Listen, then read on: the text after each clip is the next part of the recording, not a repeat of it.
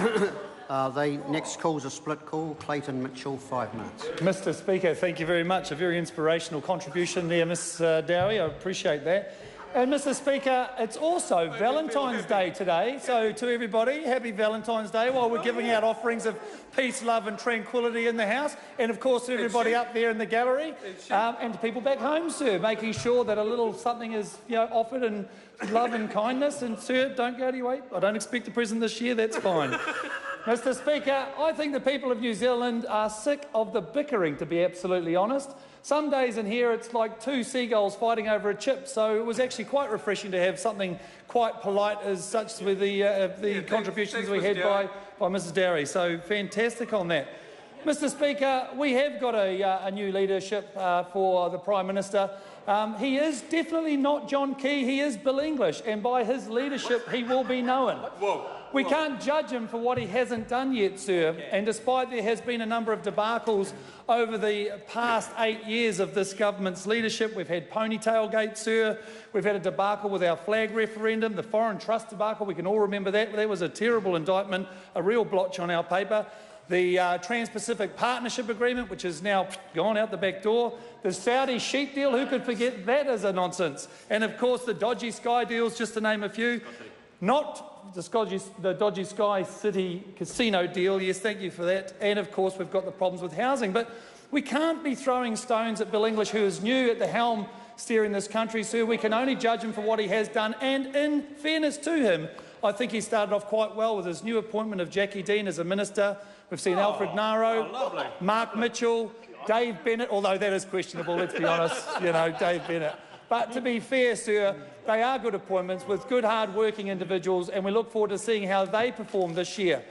We can, however, go back to 2002, where Bill English was a little bit green in the job, sir, and we want to see some real leadership from him moving forward, but let's just see how things lie. He is not responsible for what has been done, but he is responsible for fixing these problems up that I've just outlined just before, sir. That's right. The old Prime Minister, I shouldn't call him the old Prime Minister, that's derogatory, John Key was caught saying towards the end of his leadership that with a new bill that was entering the House called the Broadcasting Games of National Significance Amendment Bill, sir, which is going to be giving, I should say, free and live-to-air sports for New Zealand taxpayers or New Zealanders. He said, quote unquote, that if this bill is introduced, that this will have a negative impact on those heroes and heroines of the sporting codes, because they will be going overseas to find more lucrative sporting contracts, sir. And this is absolute nonsense. This is absolutely fear-mongering. It's unsubstantiated. In actual fact, the opposite is already occurring. Just as early as yesterday, sir, Israel Dag announced the fact that he was going to stay in New Zealand for pride of his country, for the lifestyle choices that he could have here, and keep going with his New Zealand All Blacks team as opposed to taking a more lucrative French contract. Last week we saw Ben Smith come out and do and say exactly the same thing. And when we look and we listen to the rest of the world that are ensuring that their people, their taxpayers, that are putting billions of dollars to support sports and recreation in and around our country and their countries, ensure that their people can see those sports live and free to air, sir, such as Australia, the UK, India, we've got Canada. All those countries, plus a plethora of others, have seen the sense in doing so and understand that those people will not leave.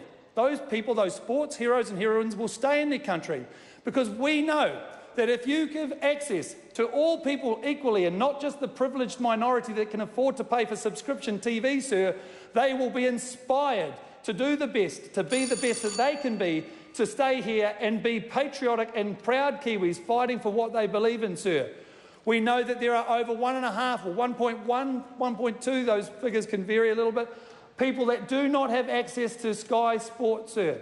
And this is not anti-Sky Sport or anti-international companies. This is just ensuring that we are looking after the rights of New Zealanders. This bill, when it comes into the House next month, we hope that we can get the support and we see real leadership from Bill English, despite the previous leader saying that it was unlikely that they were going to support it, that it gets the support that it deserves to make sure that New Zealanders have full and free access to games of national significance, things that inspire New Zealanders. Sir, we look forward to it progressing further.